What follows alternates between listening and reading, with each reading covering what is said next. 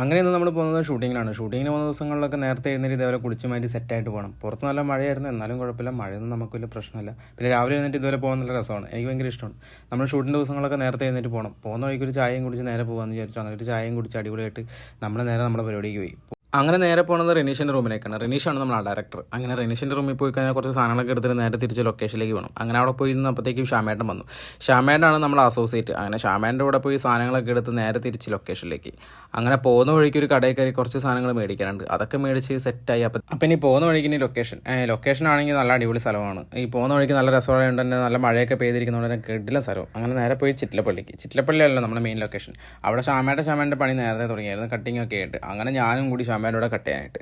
അപ്പോഴേക്കും ഷാമേൻ്റെ അതൊക്കെ സെറ്റ് ചെയ്യേണ്ട പരിപാടിയിലായിരുന്നു. അങ്ങനെ ഞാനിത് കട്ട് ചെയ്ത് നേരെ ഷാമേൻ്റെ കൊണ്ട് കൊടുത്തു. ഷാമേൻ്റെ അതൊക്കെ സെറ്റ് ചെയ്തുകൊണ്ടിരിക്കുന്ന സമയത്ത് ഞാൻ നേരെ ഡയറക്ടർ ടീമിൻ്റെ അടുത്തേക്കൊന്ന് പോയി നോക്കി. അവിടെ എല്ലാവരും ഡിസ്കഷനിലാണ്, നല്ല ഡിസ്കഷൻ. അപ്പോൾ അവരെന്താ ഷൂട്ട് ചെയ്യുന്നതെന്ന് പറയാൻ വേണ്ടി പോയി നോക്കിയാണ്. അപ്പോൾ അവിടെ ഒന്നും ആയിട്ടൊന്നുമില്ല. അപ്പോഴത്തേക്കും ക്യാമറ ലൈറ്റ് യൂണിറ്റെല്ലാം വന്നു.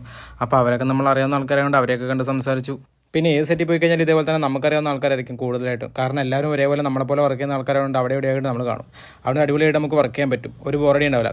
അങ്ങനെ അവരെയൊക്കെ കണ്ടപ്പോഴത്തേക്കും സന്തോഷമായി. എല്ലാവരെയും കണ്ട് സംസാരിച്ചു. അപ്പോൾ തന്നെ ക്യാമറ എടുത്ത് ഷോട്ട് വെച്ചു.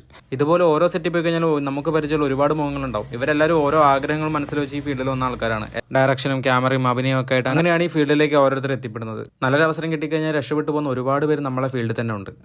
ആ ഒരു അവസരം കിട്ടാൻ വേണ്ടിയിട്ടുള്ള സ്ട്രഗിളിലാണ് പല ആൾക്കാരും. അതിന് എത്രത്തോളം റിസ്ക് എടുക്കാനും എല്ലാവരും തയ്യാറാണ്. കാരണം ഈ സിനിമയുടെ ഷൂട്ടിംഗ് എന്ന് പറഞ്ഞാൽ തന്നെ ഒരുപാട് ബുദ്ധിമുട്ടും റിസ്ക്കൊക്കെ ഉള്ള ജോലി തന്നെയാണ്. അപ്പോൾ അത്രയും റിസ്ക്കും ബുദ്ധിമുട്ടുള്ളൊരു ജോലി വളരെ സന്തോഷത്തോടു കൂടി ചെയ്യണമെങ്കിൽ അത് പാഷനുള്ള ആൾക്കാർക്ക് മാത്രമേ പറ്റുള്ളൂ. ഈ ഫീൽഡിൽ പിടിച്ചു വെക്കണമെങ്കിൽ പാഷൻ എന്തായാലും നിർബന്ധമാണ്. കാരണം ഇന്നല്ലെങ്കിൽ നാളെ നമ്മൾ രക്ഷപ്പെടുന്നുള്ള ഒരൊറ്റ വിശ്വാസം, ആ വിശ്വാസം ഉള്ളതാണ് പല ആൾക്കാരും ഈ ഫീൽഡിലേക്ക് വരുന്നത്. ശരിക്കും ഇത് ടി വിയിലോ സ്ക്രീനിലൊക്കെ കാണുന്ന ആൾക്കാർക്ക് ഇതിന്റെ പുറകിൽ ഇത്രയും ആൾക്കാർ പണിയെടുത്തിട്ടുണ്ടോ എന്ന് പോലും സംശയമായിരിക്കും. അതാരുടെയും തെറ്റൊന്നുമല്ല. ഇത് പണ്ട് എനിക്കുണ്ടായിരുന്നു. ഞാൻ ഈ ഫീൽഡിലേക്ക് വരുന്നതിന് മുമ്പ് വന്നപ്പോഴാണ് മനസ്സിലായത് ഇവിടെയുള്ള ഓരോരുത്തർക്കും അവരുടേതായ ജോലിയുണ്ട്. അതൊക്കെ അവർ ആത്മാർത്ഥമായിട്ട് ചെയ്യുന്നതുകൊണ്ടാണ് അത്രയും നല്ല ഔട്ട് നമുക്ക് കാണാൻ പറ്റുന്നത്.